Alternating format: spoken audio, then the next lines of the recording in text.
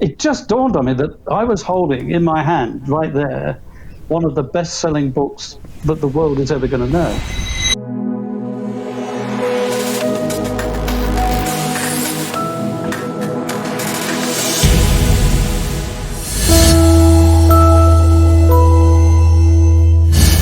Welcome, friends. Adrian Sinclair over here with Apodcast with Interesting People.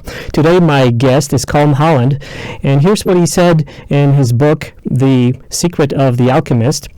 He said, "Follow your dreams, listen to your heart, face your fears, learn from others, stick to your goal, believe you can do it, and make the good of others your aim." We're going to be talking about his book today, and which is a commentary, a guide for an international bestseller, The Alchemist. You may or may have not heard about it, but it's a world-renowned bestseller in the New York Times, 65 million copies sold, and Colm was one of the people involved and responsible for bringing that book into the English-speaking world. He was helping publishing it, and so today we're going to talk with him and his book, which is commenting on that, and he's going to reveal what true empowerment he has learned from the original Alchemist, and what secret is he revealing in his book. Here's the cover of the book, The Secret of the Alchemist, available right now on Amazon.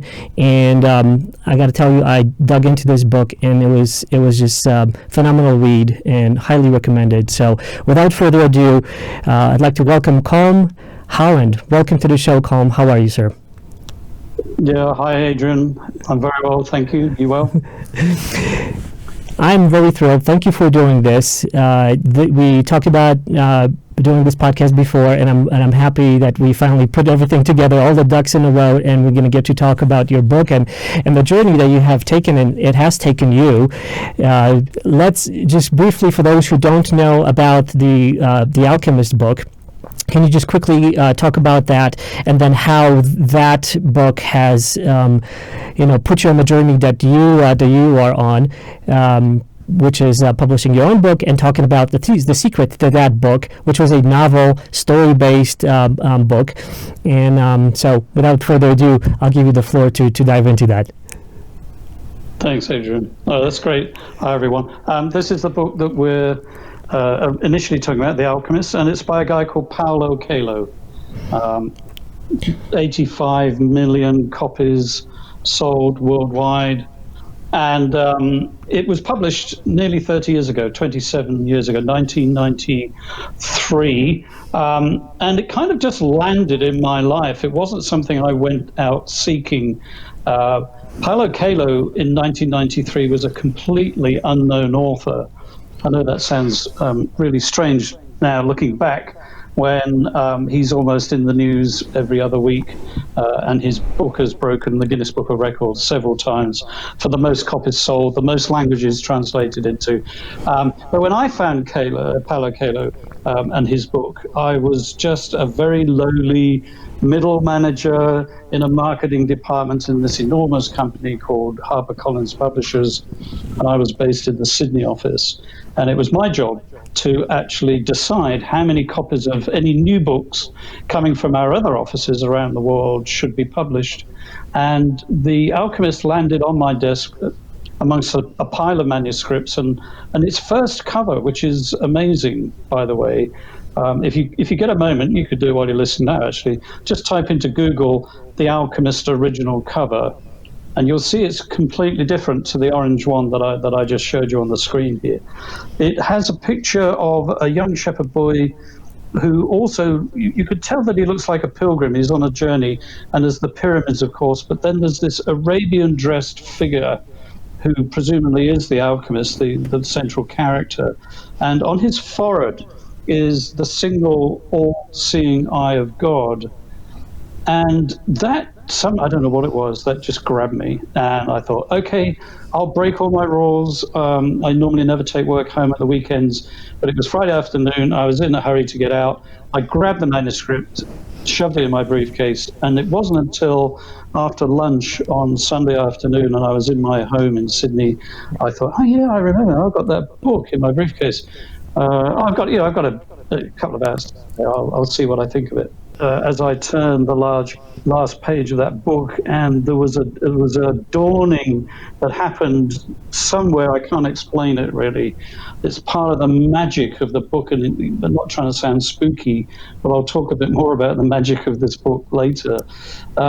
It just dawned on me that I was holding in my hand right there one of the best-selling books that the world is ever going to know. And I was so excited I couldn't sleep. Monday morning, I'm on the phone, or Monday afternoon, I'm on the phone to my colleague in San Francisco. It's 7 a.m. for him, and I say, look, I really want to talk about the Alchemist. He said, I've only just got out. What's the problem? I said, there's no problem. I said, it's just that I want 200,000 copies for the Australian market. And he basically spat his coffee out and accused me of being drunk. And I said, no, for a change, I'm not. Kidding. And he said, okay, let me talk to everybody.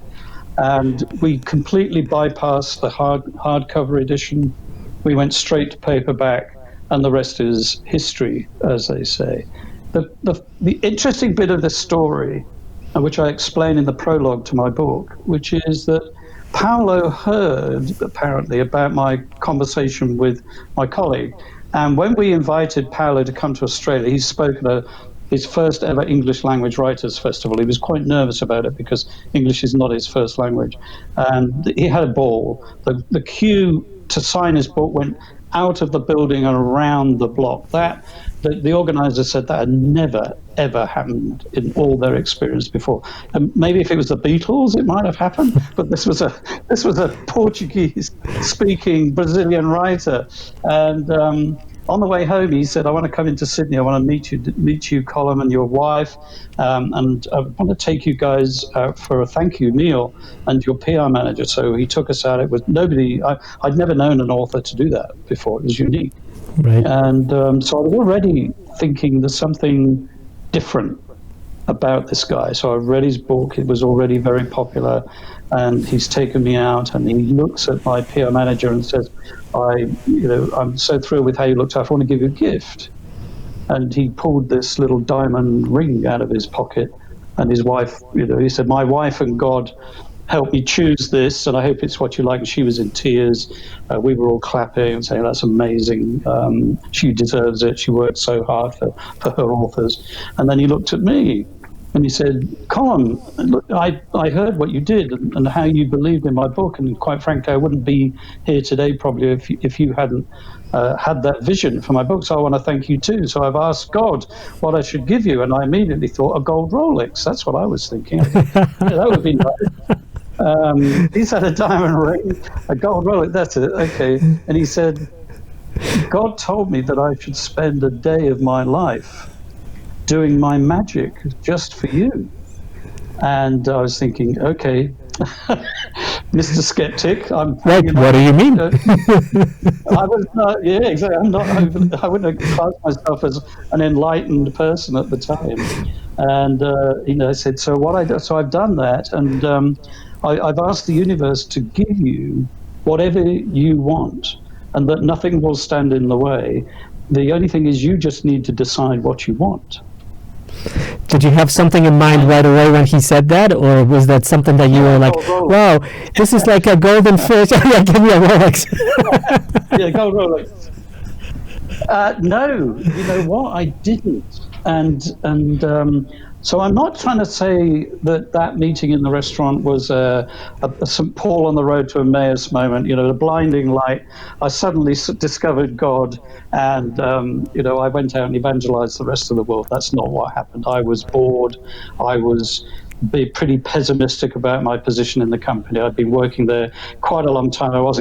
Didn't feel like I was getting anywhere. I wasn't earning as much money as I was hoping to be earning, and all in all, pretty miserable.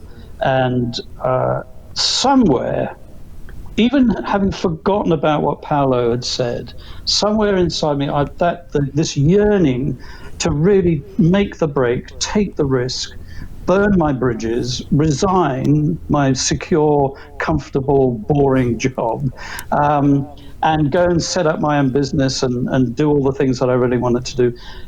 Somewhere after that meeting in the restaurant, I found that courage, and I did it.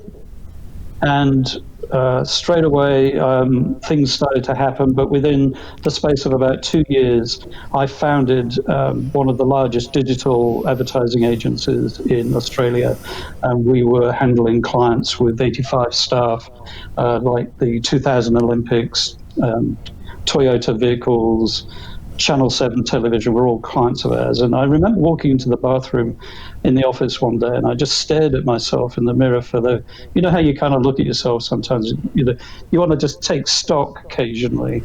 So how old do I look? How's how much hair have I lost? And I looked at myself in the eyes and I said, how did you get here? What's happened?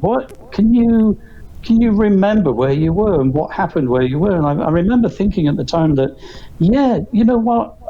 It was that evening with Paulo Coelho. That's when all this stuff started to happen. And I admit, I did start to study the book. I did start to study The Alchemist. And I thought, this guy's pretty unusual.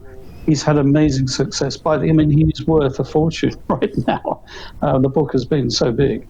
And he's obviously published lots of other books as well. And I remember thinking to myself, there must be a secret in here. And I kind of didn't take that any further. And then it was about 4 or 5 years ago. I was at a birthday party with some old colleagues of mine, and one of them just happened to ask me, and they said, "Well, what have you?" This was back in England, in the UK, and he just said, "Oh, what have you been doing for the last 30 years?" Because that's how long it had been since we'd seen each other. And I said, just publishing and working. I set up an advertising agency, usual stuff sort of thing. And I said, "Well, I did do one thing. I did publish The Alchemist in Australia." And he just looked at me and said, "Are you kidding?" Just like in passing. Yeah, and I published that massive book. Yeah, I know. You realise? I said, "Yeah, well, it was I doing my job." And he said, No. He said, "What happened?" And I told him the story, just as I've told you, and some other stuff. It's all in my book. And he said, "You've got to write this. The world needs to know what you've discovered. Are you the same person before you, who was you before you met Paulo?" I said, No, not really." He said, "I knew you 30 years ago, and you were never this courageous. You were never this outspoken. You were never this brave." He says, "I just feel the courage oozing from you." And he said, "It's like, where's the old Colm gone?" And I said, "Really? You're right?" He said, "No, absolutely. You need." So actually, then it was a couple of years went by, and eventually I was in a bookshop with my grandson, a second-hand bookshop. He was 3 years old, and I was helping him choose some children's books. And I don't know why, I just said to the second-hand bookshop owner, I said, "You haven't got a copy of the Alchemist in stock by any chance?" It was just a second-hand bookshop. And she said, "Well, it's funny you should mention that," because she just turned around and pulled one off the shelf at the back and said, "Look, this only came in this morning." And she said, "Do you want this one?" And it was actually, I've still got this. This is it here. You can see how battered. I've kept it as a souvenir. It's been worn at the edges.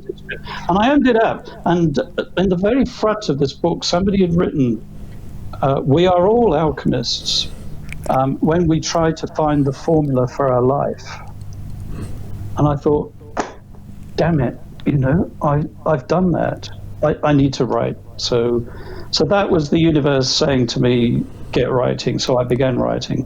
And the book is to complete. Because what I discovered was that I had to go back and relive, almost emotionally, relive each of the steps that I'd taken to bring to words in the book. And I have to confess, some of those steps were pretty tough. Adrian, you reminded me when you were reading that passage, and I'll just read a little bit of it again because it's worth mentioning. Yeah, please do. That when we follow our dreams, when we listen to our hearts, when we face our fears, when we learn from others, stick to our goals, when we believe we can do it, and when we make others, the good of others our aim, then that is when we can begin to discover true empowerment. The problem I had, everybody, and if you're in this boat, then you have my very sympathies. That's all well and good in theory, And we've all read books by this guru and that deep thinker, and we've attended the seminars, we've done the meditation, we've done the yoga, we've done, and I've done all those things. And then one day it just dawns on you that something else needs dealing with, that there are emotions, there are personality traits that are not helpful to that aim of true empowerment, that of the people we love we hurt the most. Emotions and feelings just boil up out of the blue, as the alchemists used to call it, that facing the dragon. Facing the dragon is what Carl Jung also called, is going into the unconscious. And when we go into the unconscious, what we discover is the other self. And quite often it's the other self that we suppress, we despise quite often, we don't value those parts of ourselves. We consider them weak and worthless. People have either taught us that, or we've just decided that for ourselves. It doesn't really matter what the origins are. Most people, in my experience, have an unconscious where these latent, buried feelings live. And so when I began to read The Alchemist, what I discovered, amazingly, is that the central character, and maybe this is a good moment to just briefly tell the story of the original book, The Alchemist. The central character is a shepherd boy who has a dream. And the dream is a metaphor for the unconscious. That's pretty obvious. Anybody with any real intelligence will work that out. The whole thing is a fable.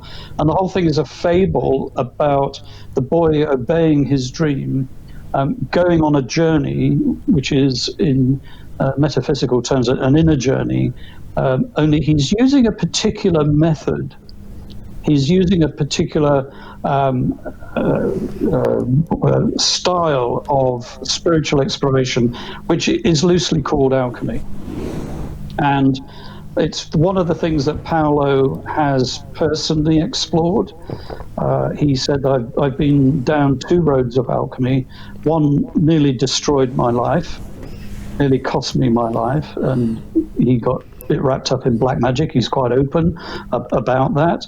And then the other was an enlightened alchemy, where instead of following prescriptive different formulas and following different prescribed methods of experimentation, he just decided to use his heart. He decided to let his own heart communicate with the universe through omens, through signs, through other people that the universe would bring into his life.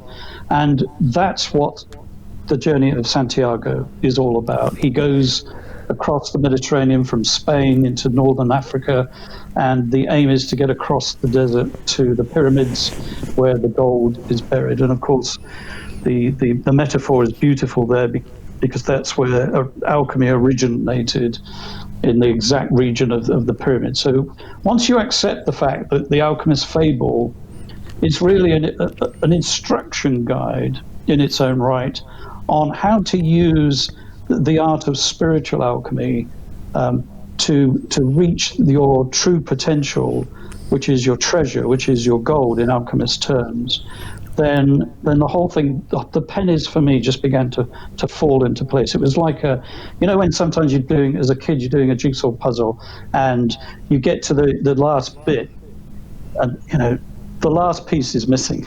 It's like, I've got this thing, I've nailed it. Oh, no. And you're looking under the cushion, you're looking under the table, who stole the piece? I haven't got the last piece. The picture's not complete. And when I was writing the book and I was studying The Alchemist, I was looking for that final piece. And I thought, what is it? Okay, this is the thing. There's been thousands of books written, especially over the last 10 years or so, and even before that, about self-exploration, self-awareness, enlightenment, going on a journey, the pilgrimage, looking into your heart, meditating, doing. Why haven't they all sold 85 million copies? Right, exactly.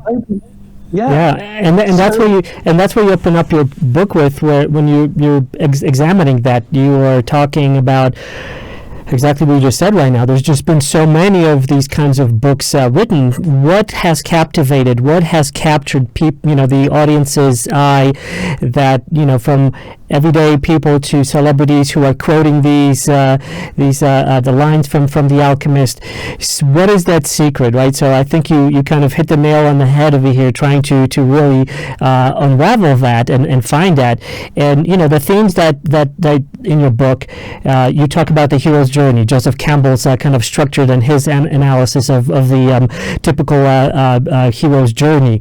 Getting out of their own element and bringing something back. You also are talking about tapping into the feminine as one of the potential secrets, but that's not it.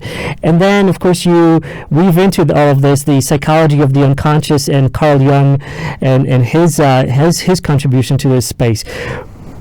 And without revealing what the secret is that you found, it does have to do with the transformation of self. So in a way, the alchemy of self.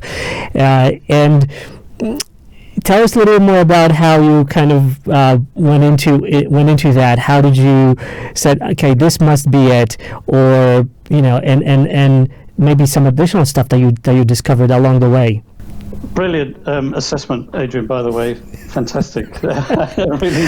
I've done some notes. I really was writing down notes as I was listening to this audiobook, and I'm like, I need to make sure that I hit on the key points, because I do want it to kind of on the surface, like when I looked at The Alchemist, I was like, what is this talk? Is like, oh, okay, this is a novel, so this is a story. But alchemy, typically when when you think about alchemy, at least to me, what alchemy meant was like exactly what you said in the book, like some crazy, not a chemist yet, but like a progenitor to a chemist, which is trying to find the philosopher's stone, change lead into gold, and that's kind of like the extent of my knowledge into alchemy, some kind of cultish stuff.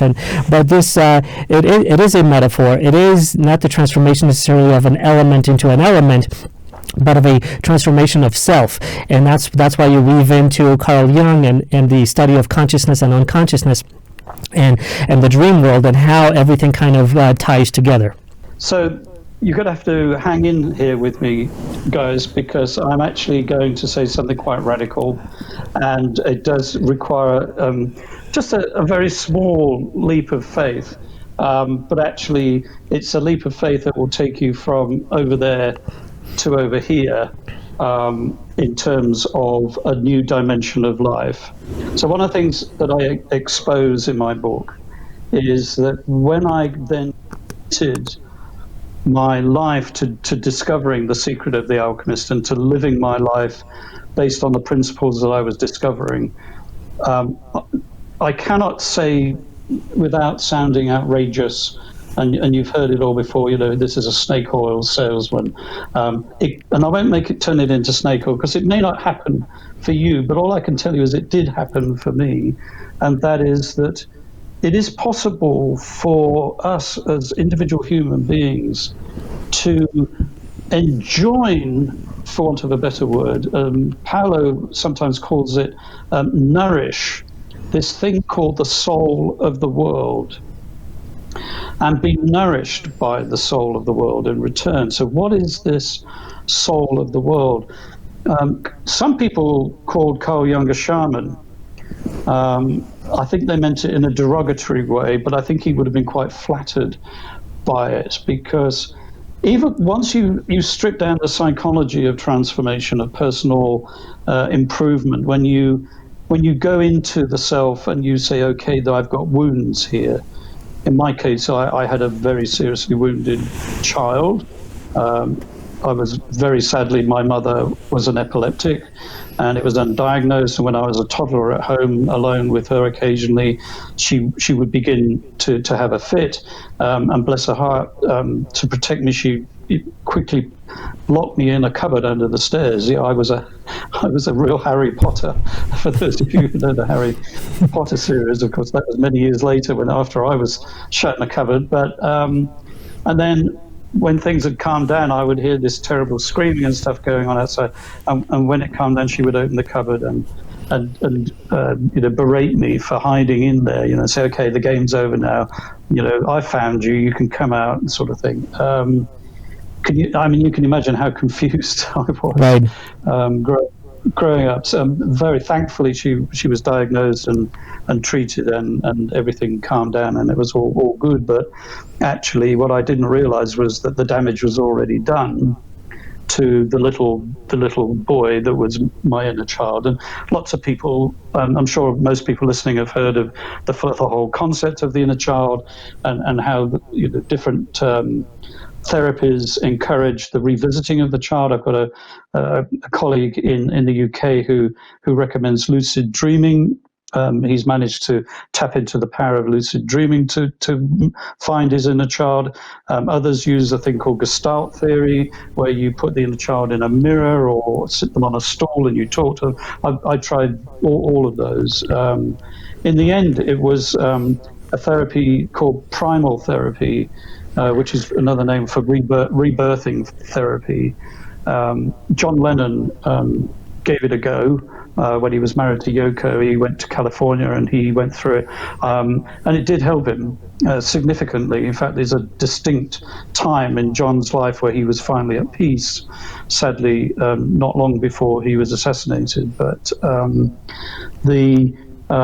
the luck that I had, in a way, or the universe was very kind to me in that it brought this guy called Dr. Frank Lake across my path, and he was doing the same kind of rebirthing therapy in the UK, and my wife and I both went through that, and that was the beginning of real transformation for me, because I was able to discover that little boy. I'd forgotten completely that this little boy had been locked in the cupboard, but I did rediscover it doing that therapy, and it was as vivid. The memory just came back super vivid, but it suddenly took the power away of the anger of that little child that was overwhelming the adult life that I was trying to live. And so that was a big step. And I talk in my book about some other things that I went through. Alchemy has a metaphorical set of symbols for this process. In summary, really quickly, they say there is the black phase, the white phase, and a red phase. And quite simply, it's used in most modern therapies, and that is that the black phase is a dying of the ego, the false self, a stripping down. The Alchemists used to call it a mortification. And around the time that I was trying to deal with the inner child, I deliberately took a year out of work. I was fortunate that I was able to be supported during that time. And I went through what the old Catholic mystics call the dark night of the soul. And I chose to do it. Why anybody would ever choose to go into a dark night of the soul beats me. But how did you go about it? If you don't mind me, kind of detracting you from what I want to learn a little bit more about. What is that dark night of the soul, how did you decide to go into that? And what is it? There is, for many of us, there is an abyss. An inner abyss, an inner darkness, Dante's Inferno, however you want to describe it. Carl Jung obviously talked about it being it's a part of the unconscious. It's just part of being a Homo sapien, it seems, and our species suffers from this. It's because we are intelligent creatures. Somehow the unconscious mind, living within the brain, is like a cellar, a dark cellar that stores away unwanted experiences and memories and so on. And those, unfortunately, they do tend to fester. And going into that place where the festering memories and the pain lives can feel like a fall into nothing. Where life has no meaning, and I realized when I was going through that process, it took me a year, and I had some people who I was very grateful to help me through it.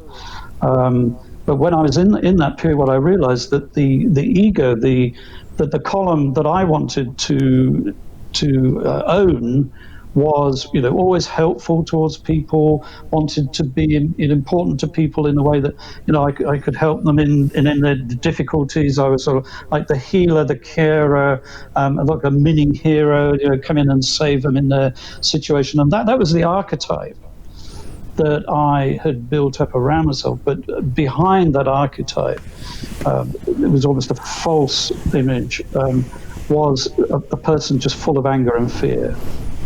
And as the older I got, the more I discovered that this inner person was constantly erupting into the adult world, and I took responsibility for it. I guess that was the big step during that period of the time. I owned my stuff, and right. I decided I needed to own it, and I was only I was responsible for fixing this. And so I went into the dark night of the soul, and I did reach the point where I just could not see the point of anything. And I was happily married, I had kids, and I was still happily caring for my kids, thank goodness. And I realized that people surrounding me all loved me, but I just needed to deal with that inner hole, that inner darkness. And so when I went into that, I did make the conscious decision to call on, whether you want to call it God or spirit, or I call it love. I believe that the universe has, there is a force.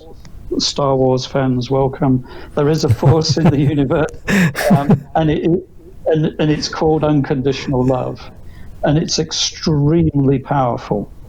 I don't know anything more powerful than unconditional love. It has it's not a being in that sense. It is just something that we all share, but it goes beyond us as humans. It goes into the universe, and even though there is evil, what we might call evil, and bad things happen to people and so on, there is still, all theologians and philosophers and so on have to acknowledge, even the atheists have to acknowledge, that there is this strange grace that somehow seems to surround us as human beings, and it's somehow connected beyond us to the world in which we live. The fact that we have the sun, and we have the moon, and we have oxygen, and we are on this planet. Whenever I study astronomy, it never ceases to amaze me that the perfect conditions are here for us. And that was the beginning of the awakening. When I invited love to come into that dark place, and to meet with the inner child who was extremely angry, I kind of I did a little bit of a step back, and I said, okay, I'm going to let the child and love have a conversation almost without me, because I've got a feeling I'm just going to get in the way. My logic, my reasoning, my skepticism, my doubts, my adult fears of what the outcome of this might be. I might go crazy.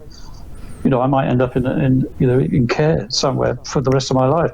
But I just needed to resolve this, and what I discovered was that love was able to embrace the wounded self, the wounded child, and made it really clear to me that this is the real me. This is the true self, and that this self, the wounded self, but empowered by love, is the greatest treasure that I will ever have or ever own. And this is the meaning of life. And if I want to get the fullness of life that we deserve and is our birthright as human beings, then there has to be that marriage, and the alchemists talk about the queen and the marriage between the sun and the moon, and the king and the queen, and what that is this integration of that inner self, that inner unconscious being, and the outer self, and the universe, and all of life. And you said you said we are joined in a tangible way to everything seen and unseen by the very fact of our existence. and the alchemy is the key to unlock that connection. Can you tell us a little bit more? Is that what we're talking about over here? The reunion or the integration of the ego part, which we think that it truly is, right? Like when we're trying to protect ourselves, and oh my goodness, something's going to happen to this body, and then the what I call, or like what Eckhart Tolle is, and Wayne Dyer and others, and other spiritual leaders, we're talking about the witnessing awareness, which is connecting to everything else. Is the integration of those two, the ego and that unconscious part, is that the key to success, to become whole again? That transmutation, or what Carl Jung said, the wholeness, the final result of the process of that transformation, which is integrating the conscious and unconsciousness. Yes, in a word. Okay, folks, we're done. Thanks, Adrian, for the lovely time. So I said, okay, I'm gonna, yes, but I'm gonna push it a bit. I want to challenge us. I want to challenge you, Adrian, just for a second here. That's all true, and that's what I did, and I'm very grateful that I was able to do that. I have lived an amazing life since I made that integration, and I commend everybody. If you haven't ever thought of dealing with those issues, if you feel this is something that might be pertinent to you, then I encourage you wholeheartedly, get help, talk to people, read, watch stuff, but do exactly what Adrian just described. Aim for that integration, or marry a health mental health counselor like I did, and I have constant supervision. Why not? There's nothing wrong with that at all.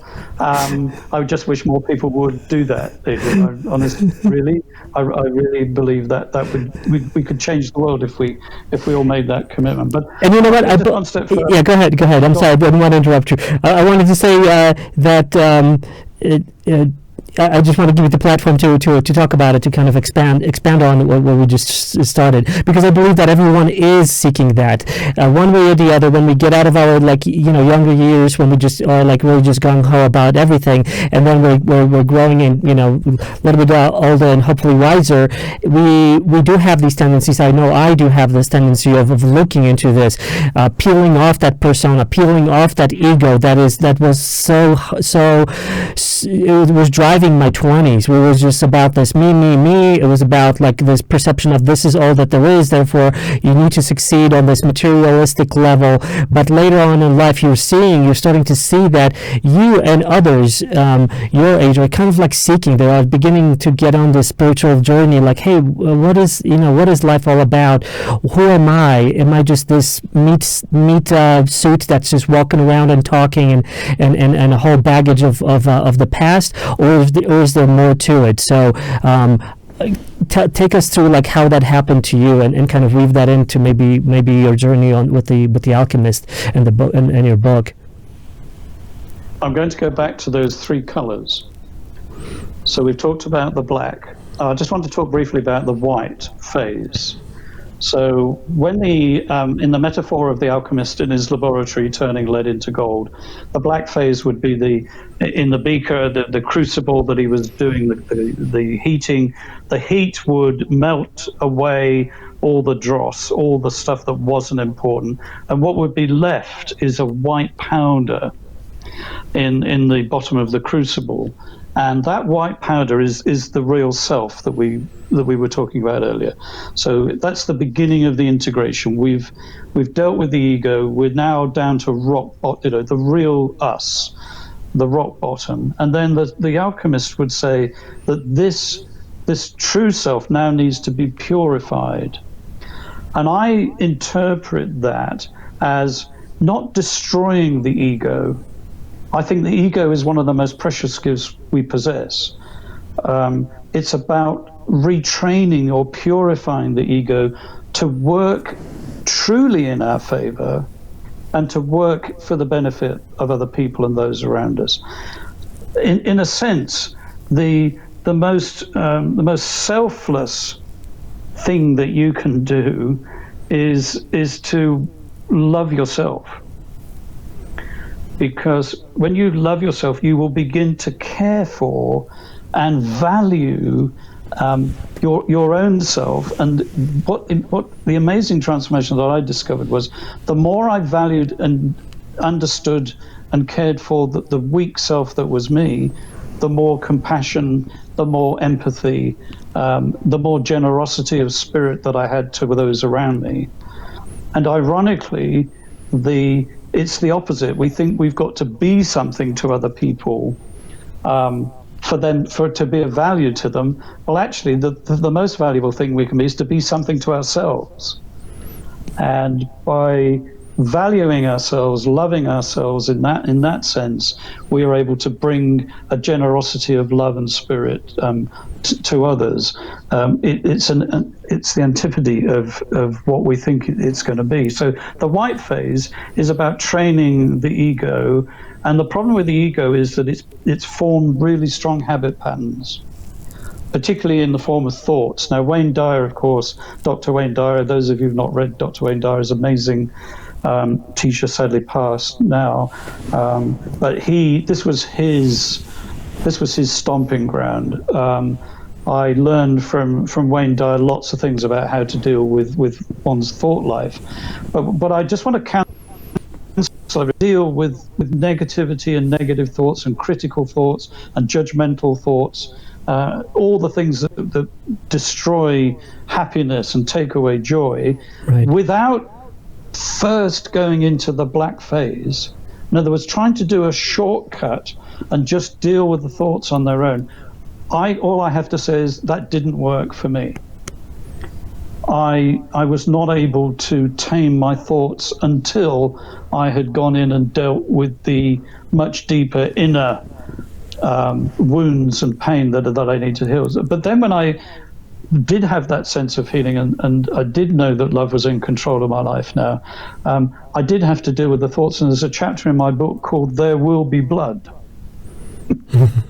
And one of the things I teach in that chapter is that you must not, that you dare not argue with your thoughts. If you start having a conversation with negative thoughts, in my experience, you'll just end up getting pulled down and pulled down and pulled down. And in the end, they've won. They will win in the end. And there's this fabulous story in the Alchemist itself, where the boy has a vision. And in that vision, he sees two hawks flying in the sky above. And he's sort of doing a bit of a meditation thing in the desert. He's connecting with his heart. He's connecting with the soul of the world. And suddenly one of the hawks just swoops down and attacks the other hawk. And as it does that, he has this flash of vision that the oasis that he's reached and he's camped in at the moment in the middle of the desert is attacked by a marauding tribe, which is against all the rules of the Bedouin in the desert. You don't attack in an oasis, but they are going to attack, and they're going to destroy the people living in the oasis and their homes. And he goes and he struggles, and he goes and tells the chieftains. This is just a young boy, as a young shepherd boy, and he goes and tells the chieftains his vision, and he says, "I think it's a warning." And the chieftains say, "Okay, if it's a warning, we're going to do two things. If it doesn't happen, we're going to kill you." So that's okay. If it does happen, and your warning saves the oasis, we're going to give you gold for every number of bandits that are killed as a result. And shall I spoil the story for everybody or not? Let's put it this way. He walks away with a pile of gold. Now, what is that story? What's that telling us? And what I realized in that story is that the marauding tribe that's coming to destroy the peace of the oasis are our thoughts. The negative thoughts that continually bombard us, to the point that we don't even realize that we're thinking them half the time. when we're doing chores, or we're walking in the garden, or going shopping, or whatever it is we're doing. These thoughts are talking to us all the time. They're telling us stuff, Right. giving us Like their opinion on like a broken record. Absolutely.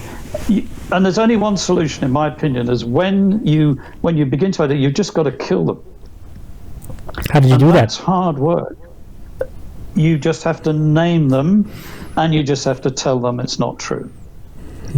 So when they tell you you're not worthy, when they tell you that you can't do this, when they tell you that they are out to get you, when they tell you that nothing is worth anything, when they tell you that there's no point being generous because everybody's selfish and all the stuff that you've absorbed over the years, you do just have to kill them. You have to say, that's not true, I am worthy. That's not true, I can achieve what I want to achieve. I can fulfill my dream. And what I've discovered over time, and some people use meditation, of course, to do this. I don't talk about that in my book because I don't believe I'm a meditation expert, but I do my own form of that.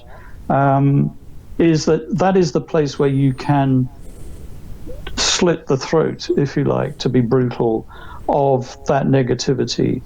And the interesting thing is, the more you do it, the quieter the voices become. Until in the end, they almost give up. And again, lots of people have written about this, lots of people have talked about this, but I just love that story in The Alchemist. And I often recall it when I'm doing a bit of a battle with some negative thoughts, when I've made some plans and I've committed to seeing them through, and those doubts, occasionally those doubts just start to bombard based on previous experiences or just imaginings of my own. I have to get the sword out. I was going to ask you if you're using sort of like, it sounds almost like a visualization method by recalling that story, that and kind of seeing those seeing that scene from the book. You kind of remind yourself of that not analogy, what's the word, metaphor is what I was looking for, and then that brings in all those feelings of like, oh, that makes sense, these thoughts are what are attacking you, and then that helps you to kind of combat them. Absolutely. And remember that the end of the story, of that particular part of the story, is that the shepherd boy walks away with gold in his purse. And so you become enriched. The soul becomes enriched when you can deal with the negative thoughts in life. There is help on hand. I have to say that, going back to the unconditional love that I call the force of life that holds all things together, when we commit, and this is one of the most powerful things I think that most people take away from the original story of The Alchemist, is that when we commit to following our dream, to following the process of transformation, to seek true empowerment so that we can love unconditionally and bring a change to the world around us, when we do that, all the power of the universe conspires to help make that happen for us. Now, this is the moment where I'm going to ask you to make a little bit of a leap of faith with me, Adrian, and that is, there is some magic in that moment which the skeptic me, has had to come to terms with year after year, and I think I'm fine. I think I'm there now. I think I am able to abandon my skepticism now. I actually do believe that there is a magical force. And I'm going to regret doing this on YouTube. Define how you mean it. Define how you mean it. What I mean by this is that when Paulo talks about that force, that unconditional love, and towards the end of the book, it's the force that the shepherd boy uses to transport himself, literally, physically, in the story, from one side of the camp to the other. He turns himself into the wind. It's this alchemy moment, this great test that he goes through and he performs. He is tapping into a power. There aren't words enough to describe it. All I can say is that it's a reality in my life. it's manifested through things that the Alchemist and I call in my life. It's manifested through omens. It's manifested through signs. It's manifested through synchronicity. Those of you that have read Carl Jung will know that he wrote at length about synchronicity.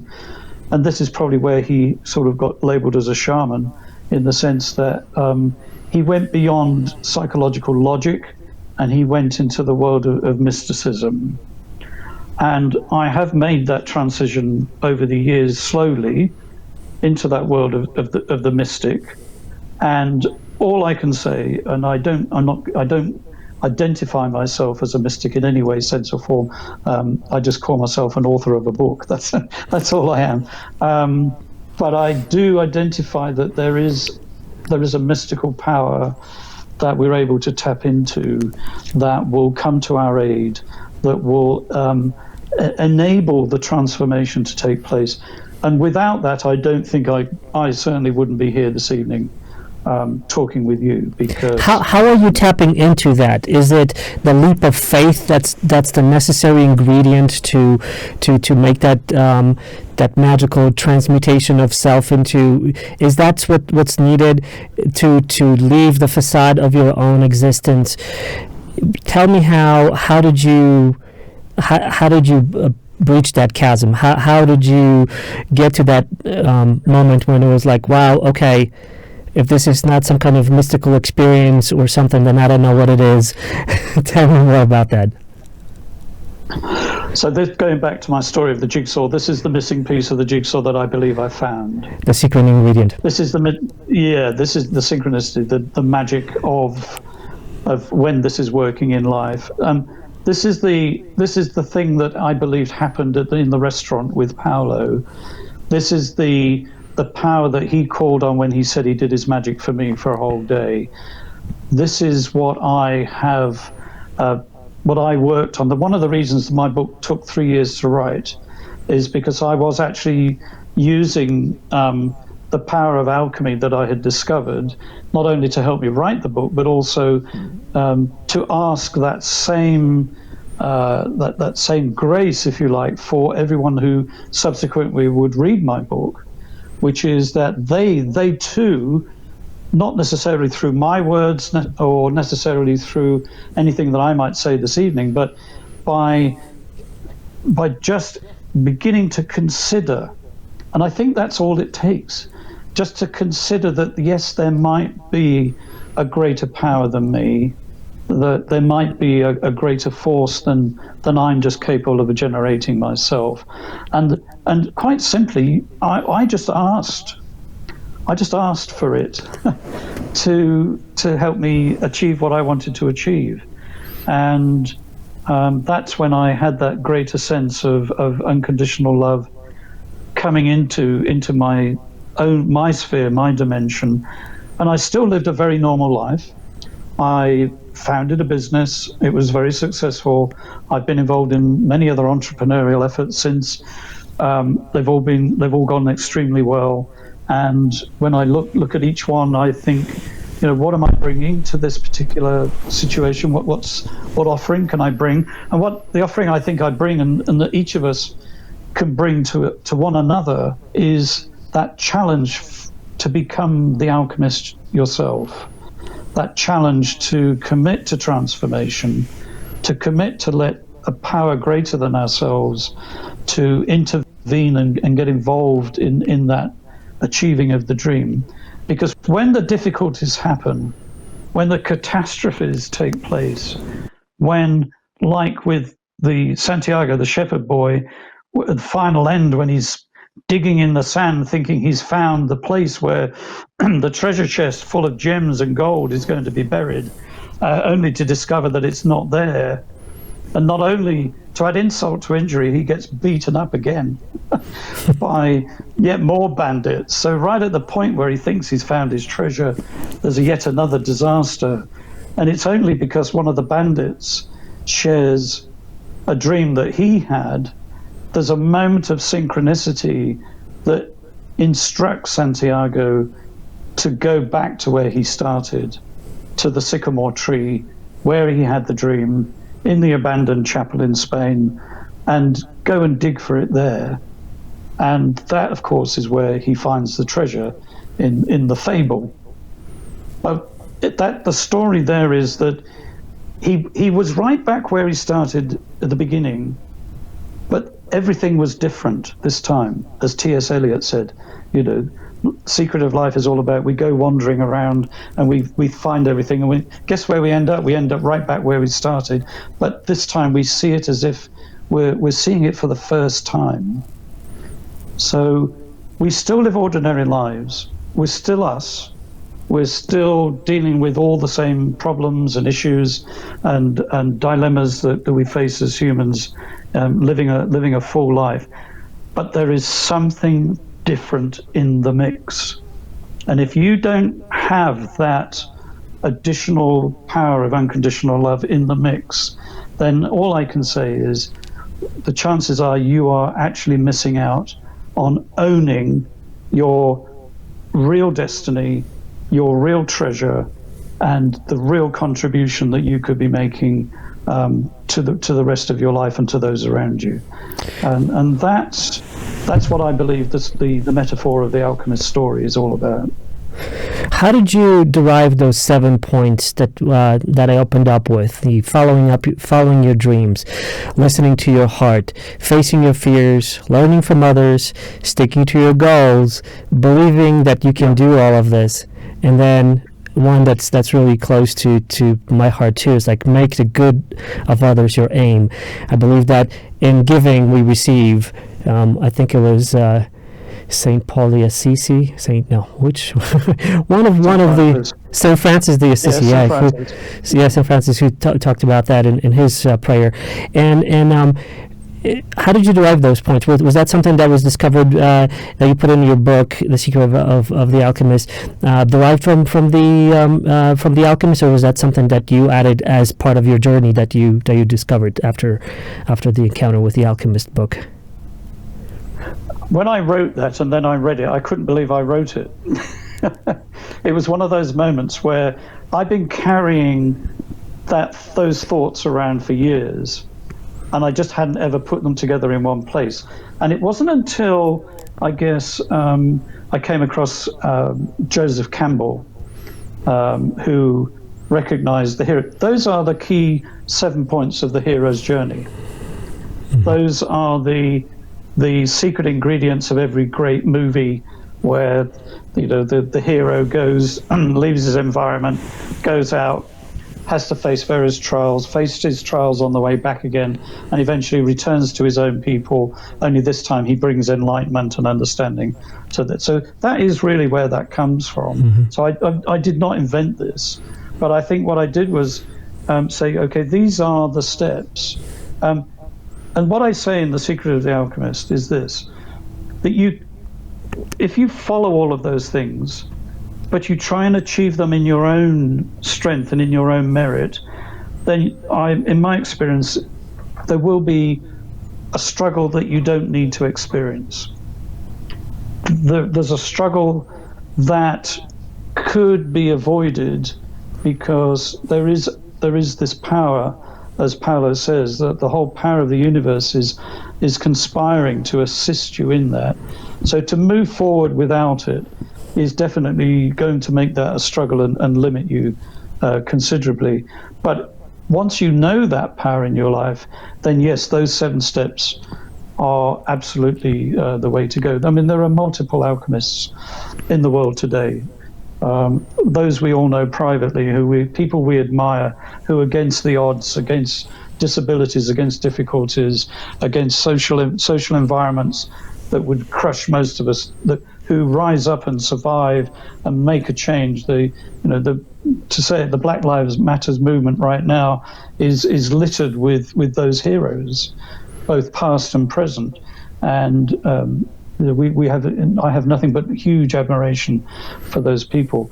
But if you look down through the course of history and you look at the people who have triumphed, nearly all of them will attribute to that victory in their life a power greater than themselves. Mm-hmm. And the the power that's greater than themselves, I believe, I've been able to, in a way, identify in my book and make it accessible to anyone in a way that doesn't require you to join a religion. It doesn't require you to give 10% of your income to somebody else, unless you want to, of course. It doesn't require you to subscribe to a set of doctrine and dogma that is going to constrict you and try and contain you and force you to conform. That is the antipathy of alchemy.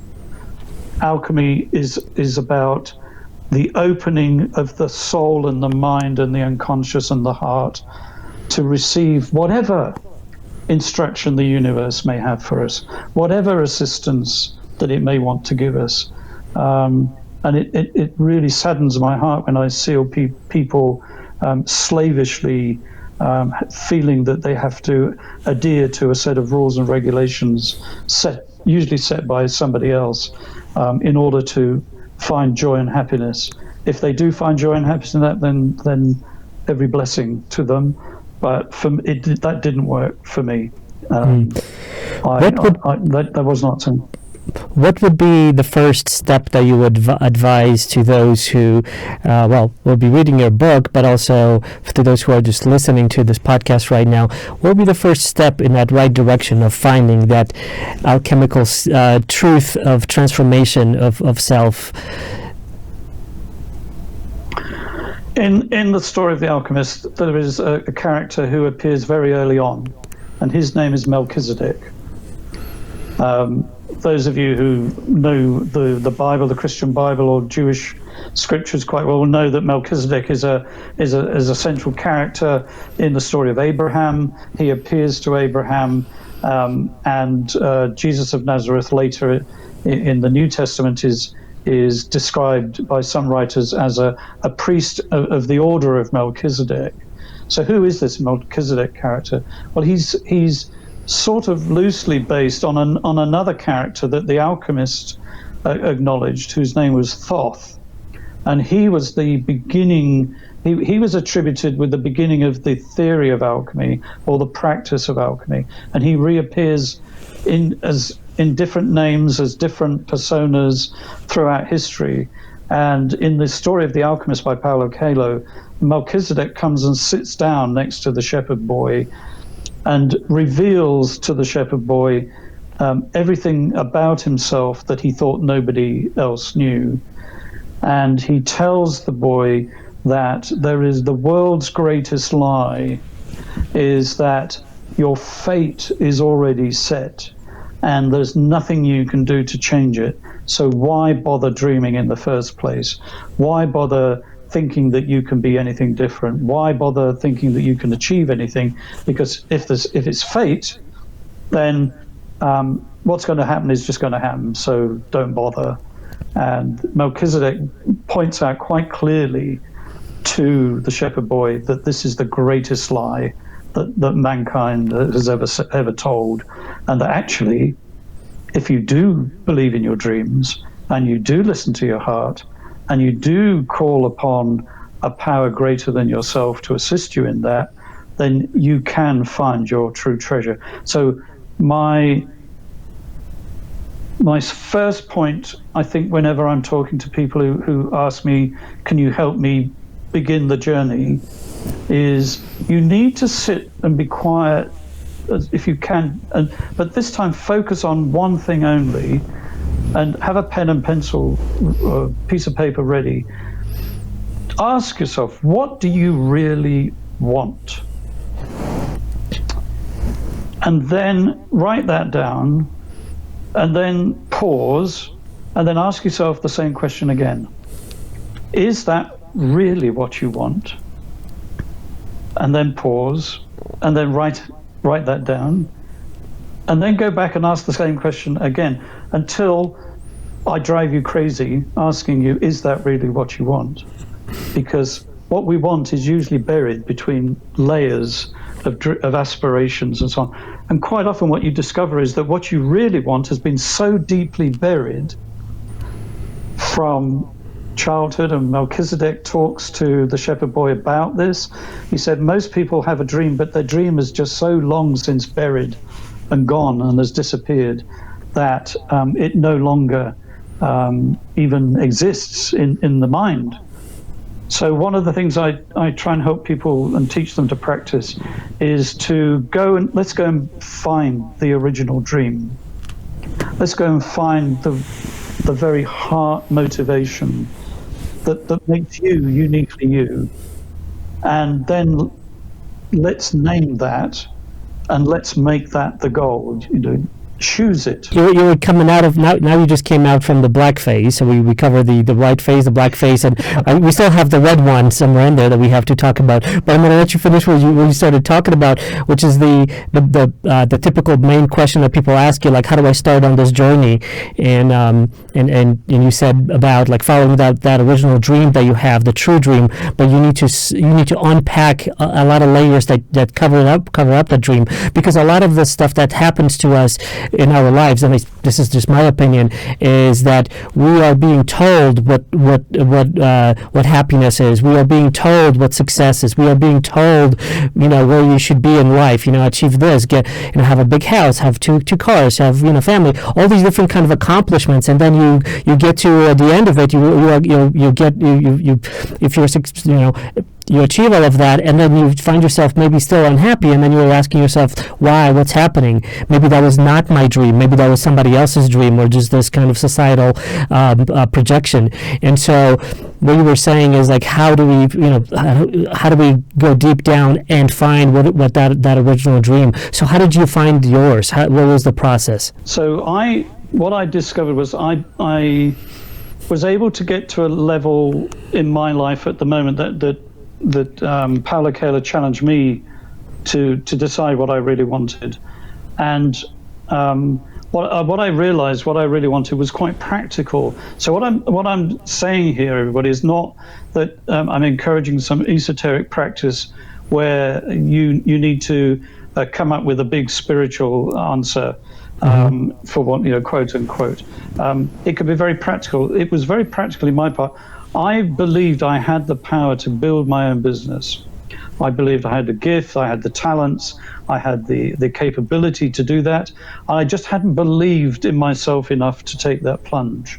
And in that sense, I had buried that. So, okay, when you think about what do you really want, you might say, yes, I want more money, or yes, I might want a happier relationship, romantic relationship, or I might want to go traveling more and be financially independent, or whatever, to be able to do those things, or I might want better health. I might decide to go and get that therapy and that help. It can be any of those things, as long as it's coming from the heart, and that's the key. So. Going through the layers of what we want is an intellectual exercise where we remove, as you said, the expectations that have been planted there by others, and we really get to the very thing that we wanted to do. In my case, it was to start my own business. And the moment I identified that and I was prepared to own it, and I made a commitment to it, and I was prepared to go through the transformational processes of facing my fears and stepping out, taking the risk financially and so on, even though I had a family to support, kids at university and so on. I did it. And it was just, for me, it was just miraculous how serendipitously stuff began to happen in the way that I described earlier that enabled those things that to take place. And then I realized that I could now begin to apply that to some of the other things that my heart really wanted as well. How did you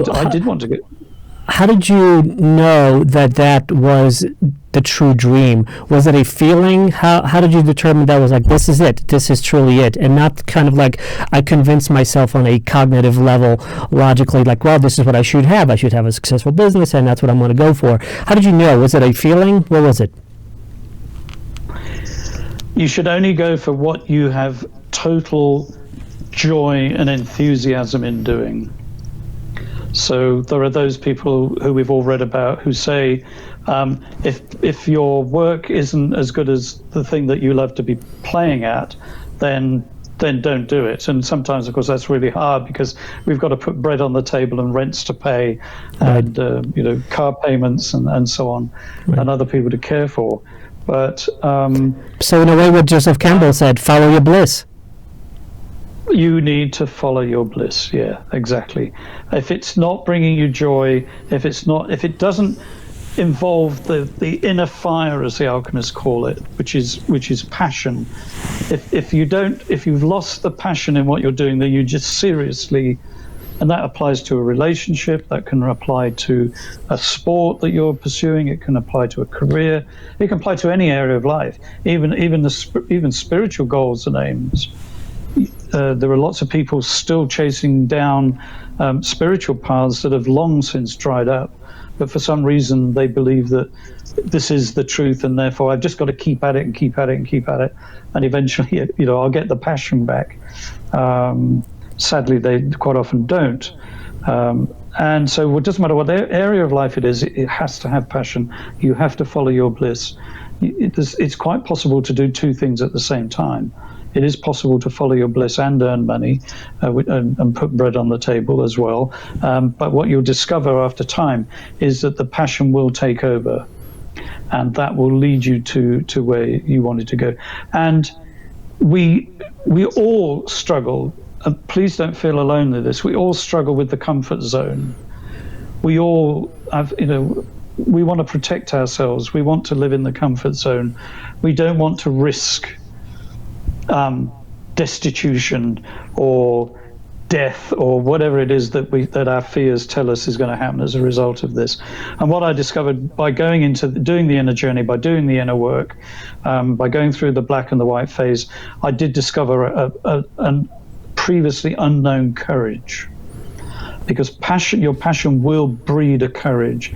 Somebody once said to me, the worst thing you can do when you're starting a business is to write a business plan, because by the time you finish writing it, you'll just put your hand on your head and go, there's no way on earth I'm going to be able to achieve all of that, and you may as well just rip it up and forget about it. It's better to just do it. That's my advice to all the entrepreneurs listening. Rip up the rule books, because I've done it many times. I've just gone with my passion. I've gone against the numbers that said it wouldn't work. I've gone against the executive directors who said, this has been tried before and it's not going to happen. Right. And I've seen other people, bring passion to what they do. And guess what? Passion communicates at a soulful level with those around you. People know when you've got passion. People. I used to interview people when I was running my agency, and I would just ask a really simple question: is quite simply, what gets you up in the morning? And then I would just listen to what they would say, and you would know pretty quickly whether somebody has got passion for what they do, or whether they're just literally going, just trying something out and hoping that it might be interesting in their life at this point. But so follow your bliss, use the passion, let that do the work for you, and 9 times out of 10, omens and coincidences and people and events will appear and will come into your life at the right time on a consistent basis. It's shockingly common, Adrian. What kind of omens did you experience in your life that convinced you that, wow, this is some kind of a sign that I should do something? I'm going to give you a couple of simple ones, all right, that I'm quite happy to share. Some of them are private, but this one I'll share. So when I was writing my book, The Secret of the Alchemist, that one, when I was writing my book, I hit a real moment of doubt, and I'm not ashamed to share this because it's quite typical when you charge off with your passion and you throw yourself into it, there will come a point when it feels like somebody's just thrown a bucket of cold water over you. And the cold bucket of water for me was, what is Paulo going to think when he sees this book on the bookshelves? And up until that point, it hadn't dawned on me. The thought hadn't even crossed my mind. You know, I'm thinking, oh, yes, oh gosh, right, Paulo. What am I going to do about that? Oh, should I stop? Oh dear. Should I write to his agency and get permission to write? Do I need permission to write this book? You know, oh, okay. And I hit this block. It was phenomenal, and to the point where I thought, no, this is too risky. I'm gonna walk away from this maybe. And around that time, my wife was clearing out some old cupboards full of boxes of photographs and stuff and old junk that you collect over the years of family photos that you can't believe you even took them in the first place. And she just knocked on the door of my office, and I was actually deep in this moment. Literally, I was deep in this moment of conflict about whether I should carry on and publish this book. And she said, you're not going to believe what I've just found. And I said, oh, I'll believe anything right now. Anything will do. Just, I'll take any encouragement you've got to give. A cup of tea would be quite nice. That would probably fix me up. And she said, no, look at this. Look, open this envelope. And I said, oh, really? What's in it? Thinking, okay. She said, I'd completely forgotten we had this. And I said, what is it? She said, open it. So I opened the envelope, and I've got it here. As we're on video, I could do a show and tell. You ready? Mm-hmm. So this is Sydney Harbour, and on the back, this is the restaurant. This is the restaurant. This is the restaurant I was in with Paulo 27 years ago, and I'd forgotten that one of those tourist photographers had gone around and had taken a photo. Oh wow! Okay. So for those of you who are listening to this right now, the photograph is showing everyone at the table at that restaurant, and I presume that Sao Paulo is over there as well. Is that the gentleman on? Is he over there? Yes. Is on the right hand side? This is really? Yeah. This is this is Paulo. Mm-hmm. This is a much younger me, before I went grey, and my wife and some other people. Paulo's wife.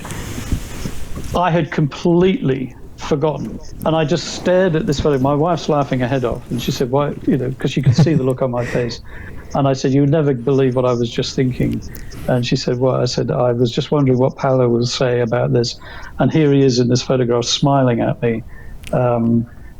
He knew. And so that is an omen, and in Carl Jung's terms, that's a moment of synchronicity that, to the listeners and to those of you watching, you might say, oh, yeah, so what? It's just a coincidence. Yes, it is just a coincidence, but it's a coincidence that has significance to me. And that's the magic of an omen. That's the magic of synchronicity, that I needed to know that Paulo was smiling on it. And literally last week, a newspaper in the UK published a whole page about my book and the fact that it was going to be published. It was phenomenal. It's the most read newspaper in the whole of the UK, and I was just blown away that. And we're going to put a link to that in the show notes. So if, for those of you who want to read that, I read that today. And in fact, one of the chapters, I believe chapter 5, is about omens and synchronicity in your book. So you go into more detail about that.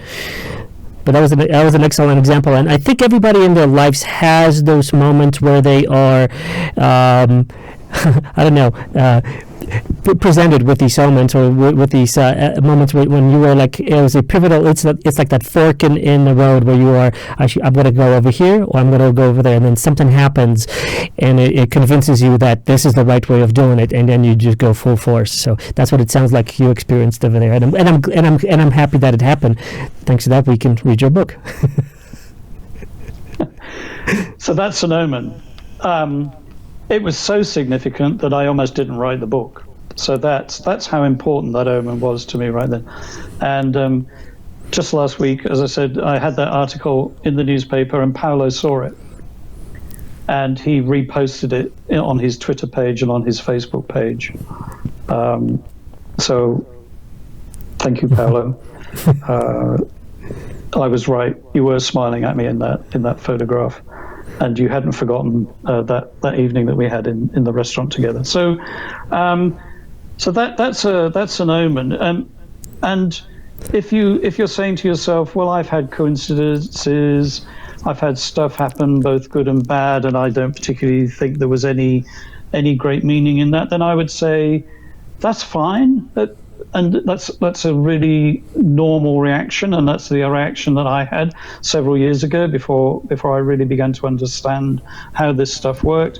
But I can only tell you that when you make the commitment to transformation, and you have the whole power of the universe conspiring to help you achieve your dream, omens will begin to happen left, right, and center. And I just bump into people every day in my conversations, and people who correspond with me, and they just keep giving me omen after omen after omen. They say, "You won't believe what happened. You won't believe this. You won't believe what's going on." And at the moment, the most favorite omen seems to be that when they hear about my book, suddenly they remember that they've got a copy of The Alchemist on the shelf from at home, and before they'd forgotten they even had it, and now they'd suddenly discovered it again. So that's nice.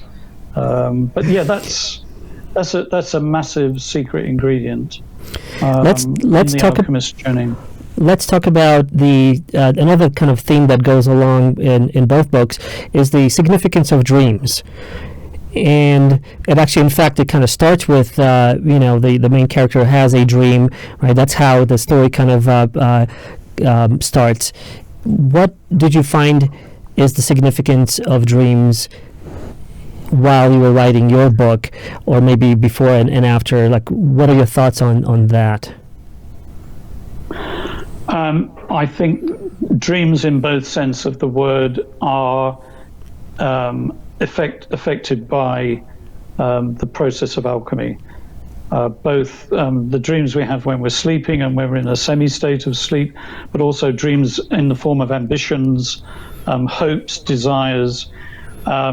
It's interesting that in English we use the same word to describe both things, because I actually do believe that they're intrinsically wedded together. I often find myself having a lucid nighttime dream where people appear and talk to me. Obviously my unconscious is working stuff through, but people will appear to me, talk to me, encourage me, give me directions, and then when I wake up, I work really hard to try and remember that dream. But usually that dream is related in some way to a project or an ambition or a desire of something that I'm seeking to bring to pass. So that's what I mean by the double meaning of the word dream, and how they're both affected. The alchemists believed, and Paulo believes, and Carl Jung believed that the dream time, as the Aboriginals call it, of course, in their folklore, is our connection to the world of the spirit, the world, the other world beyond the material world, however we want to describe that, whatever language we choose to use. And the originators of alchemy wrote this thing called the Emerald Tablet, which I think is just a mythological thing, but like most alchemy things, the philosopher's stone is a mythological stone, and the elixir of life is a mythological elixir, and so on. They all stand for something else. But the Emerald Tablet says this right at the very beginning, and I quote it in my book. And I did a 40-day blog on 40 days of alchemy meditations, and I begin with this, which is it is true, without lying, that which is on earth is like that which is above, and that which is above is like that which is on earth, to do the miracles of the one only thing. So you can look up the Emerald Tablet, you can Google it, you'll find it really easily if you want to see what the rest of it says. But essentially what it's saying is that we as humans have the ability to have a relationship with the particles of matter, the force of life that imbues the universe. We are able to have a relationship with that, and the gateway, the primary gateway to that relationship, is through dreams and ambitions and desires, and that is what if the universe has a personality in any way, shape, or form, those desires, according to the Alchemist and Paulo's book, are even put there in the first place. They're even implanted into our psyche by the universe. And when we are pursuing the dreams, that's why the universe immediately comes charging to our aid and says, yes, yes, yes, this is what you're here for. This is your destiny. This is your personal legend. Yes, let's do this thing. And if you're not listening to your dreams, if you're not asking the big question, what do I want? And if you're not listening to those nighttime dreams and trying to understand what the universe is trying to say through you, and we're not separate from those things. It's still us. It's still our unconscious. We still play the critical role. Without us, none of it exists. None of it even matters. And this is probably the red phase that I want to talk about, Adrian, in the cycle of alchemy. Right. Let's get into the red phase. What is it? Into the red phase. Okay. Red phase I call action. So we've been very esoteric, we've been very spiritual, we've been very delving into the unconscious, we've been healing the wounded child, we've been having our dreams, and we've got our plan of action. None of it is going to be worth salt unless we actually do something. We have to get out of our chair. Right. We have to, when the lockdown's finished, we have to metaphorically get out of the house. We have to come out of our comfort zone. We have to break free of the chains that bind, the fence that encloses us, whatever metaphor our psyche feels, and we have to actually make stuff happen. All of the great inventions, all of the great cures in medicine, all of the great science, all of the great plans and society and the changes that we've all experienced and benefit from, eventually the cure, if there is one, for the coronavirus, all will come about not just from somebody's dream that it can happen, but actually doing something about it. And that is the third and red phase of the alchemy steps. But one of the things that I just want to mention specifically in that is that we are meant to take the unconscious power that we've developed and use that to empower the action that we take. Let me explain what I mean. So I can have a plan that I'm going to start a business, and I've got my business plan, and I know where I'm going with it, and I've got it all down, and I'm going to go through these initial steps. I'm going to get the money to do this, and whatever, get these people involved and so on. That's great. Number one, tick, all good. And then I'm going to actually carry that out, talk to the people, get all the systems in place, buy the shop, get the office, whatever it is that we're doing, build the website, and so on.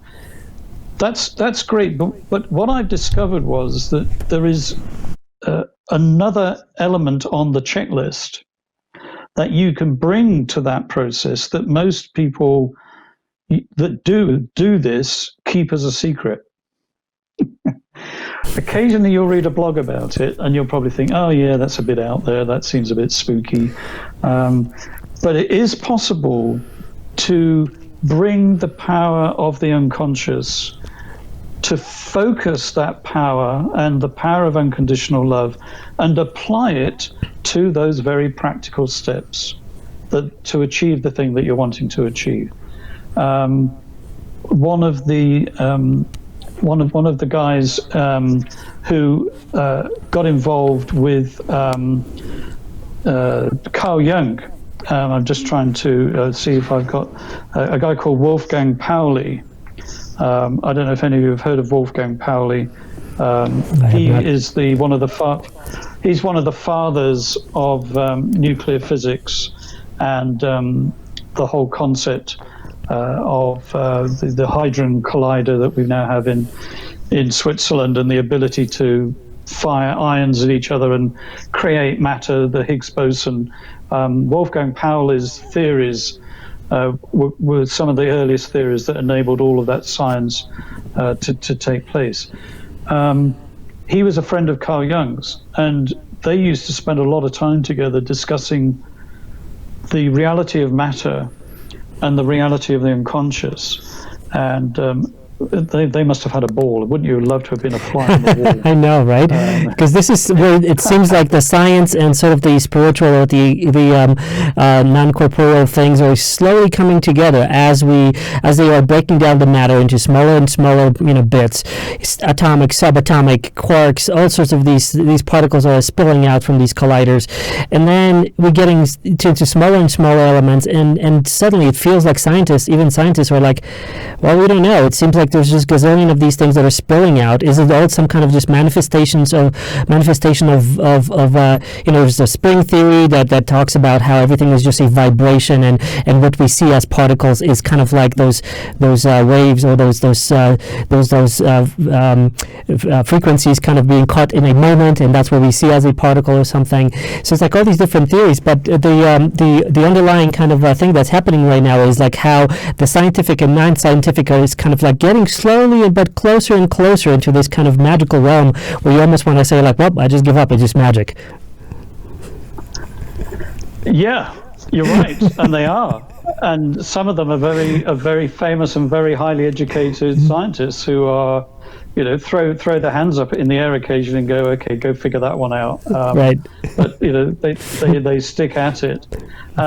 One of the things that Pauli I think it was one of the Jung challenged him, because Pauli had a theory.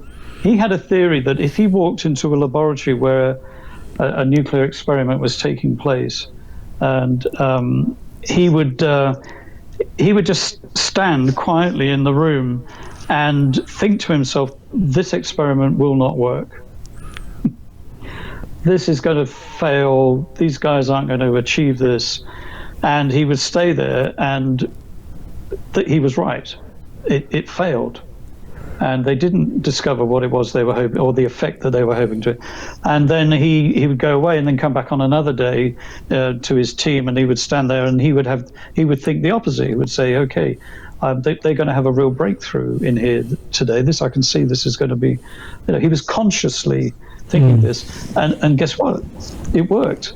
So in the end, when he would come into the laboratory, his staff would throw him out. So we're talking about like power of manifestation, where the observant, and some would actually, well, I'm not sure if it's power of manifestation in that specific example that I'm thinking of, but there is documented experiments in which observation of these quantum particles actually have an effect by observing them. So an experiment can actually be affected by measuring things, and that has been verified as a real thing in quantum physics, and which is bizarre, and that's I think that's in part what I'm kind of relating to as magic, and that's what I guess scientists are like just baffled by, like, hey, it seems like we're affecting what's happening there by like just measuring things, and that's really interesting. Just by the act of observing. Mm-hmm. Literally, just by the act of observing, we become part of the catalyst to make things happen. And I guess in the red phase, I think that's what I'm summing up, Adrian. You put it so eloquently there, and that is that. So by bringing not just positive thinking. That's good. You should, in fact, give up if you haven't got positive thinking on a project. And bringing the positive thinking to the project, bringing the passion to the project. But I've found that I can also do what I call mind experiments, where I can bring another element to a situation if I believe that it's the right thing to do, where I can do what Paulo Coelho said he did for me in the desert on that one day of his life. It is possible to unite your thoughts with the soul of the world. I'm using these names only because I'm short of anything else to call them, by the way. But it is possible to unite with that force and to gain the wisdom to know, and this is really important, because you could be wasting the rest of your life trying to do this. A knowing must take place where you know that if I focus my fire, my energy, my passion within that space of the unconscious and the conscious, and call on the power of unconditional love to help me bring this to pass, it is possible to implement and to act as a catalyst for those things to happen. Mm-hmm. The key is you need to ask the universe beforehand, and this is critical, to know what can be changed and what can't be changed. So I'm not for a moment, and please don't misunderstand me here, I'm not for a moment saying that if you just think hard enough, then you can heal a withered hand. If you think hard enough, you can change poverty into wealth overnight. If you can, the blind man can see, the diseased person can be healed. That is not what I'm saying here at all. What I'm saying is it's bringing your energy to something which is possible to be changed, that can be affected by the joining together of your energy with others. And of course, if there's more than one person working in this way on a project, then the power is doubled and increased. But yes, like the quantum physicists are discovering, matter can be affected, and Carl Jung was quite clear on this. He was almost completely ostracized by the psychological community, the community of psychologists at the time, because of these outlandish theories, as they call them. But for those that have followed him and have implemented many of those things, he would do thought experiments all the time. He even in a way, and I'm not saying this is what Einstein did, but even Einstein's thought experiments where he would manifest in his own imagination the existence of a possibility in the universe, and then start writing the formula. That's not a million miles from what I'm talking about. Mm-hmm. So, he found a way of seeing that enabled him and others then to bring into reality experiments and theories that nobody had any understanding of at all until he brought. There might have been others like Max Planck and so on as well, of course, who were working around the same time doing similar thing. But so there is a collision, if you like, between modern nuclear science, quantum physics, and the ancient alchemists and Carl Jung and the fable of the alchemist. Who knows how all that is connected? But yeah, I think it is. And I'm not the only person saying this. There are some people who have done a lot more academic study into the relationship between quantum physics and the power of thought in the universe. And how those two things can be beneficial to us. In the end, I tell you the one thing I'm after. I'm not looking personally. I'm not looking for some mystical, imaginative world to go tripping off into, to try and avoid the practicalities of life and to just entertain. This is not mind candy that I'm looking. I'm after one thing. and that's the one thing I've been after quite a long time, and that is I want to know true empowerment in my own life.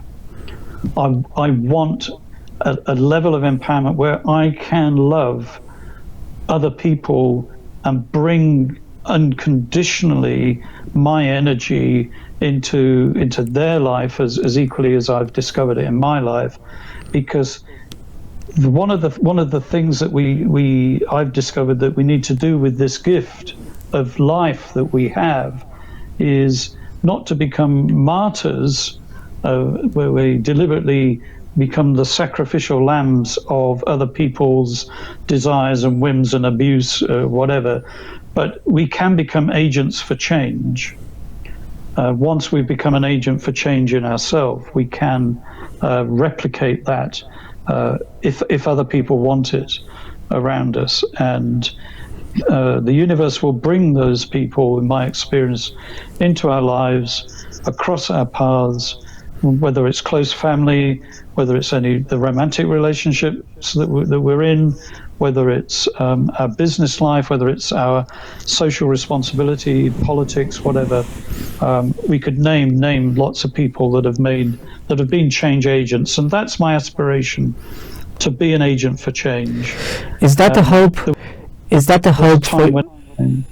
Is that the hope for your book that you have, that your book is going to deliver the and if it's not, what is it that you hope that your book is going to accomplish by being available to people in this world on reading it? No, Adrian, you've said it. Exactly that. It's my hope that my book will inspire people to believe that they can become an agent for change. That the weak person that they maybe believe they are, the wounded person that they maybe believe they are, the person who they see themselves as having very little to offer or to contribute to the world and all its complexity. My hope is, and my prayer in writing the book is that you will be inspired, people will be inspired, they will take a fresh look at the story of the alchemist as well, the Santiago, the shepherd, and his journey, but also see it with a fresh pair of eyes and say, yes, this can be me. I'm Santiago. I can get to that point where I can reach into the soul of the universe and realize that power of love is in my own heart as well, and I can achieve this, and I can do this. And the more of us, I mean, if ever there was a time when we're all needed on this mission, it has to be right now. I mean, it's phenomenal. Don't you agree, Adrian? It's we are in a very unique time for this. We're having this conversation. I agree, and this is almost like a confluence of things that is happening right now. Maybe, like I said before, maybe it's just my confirmation bias, but just like a little bit of salt in any kind of dish, you need to have a little bit of that as well.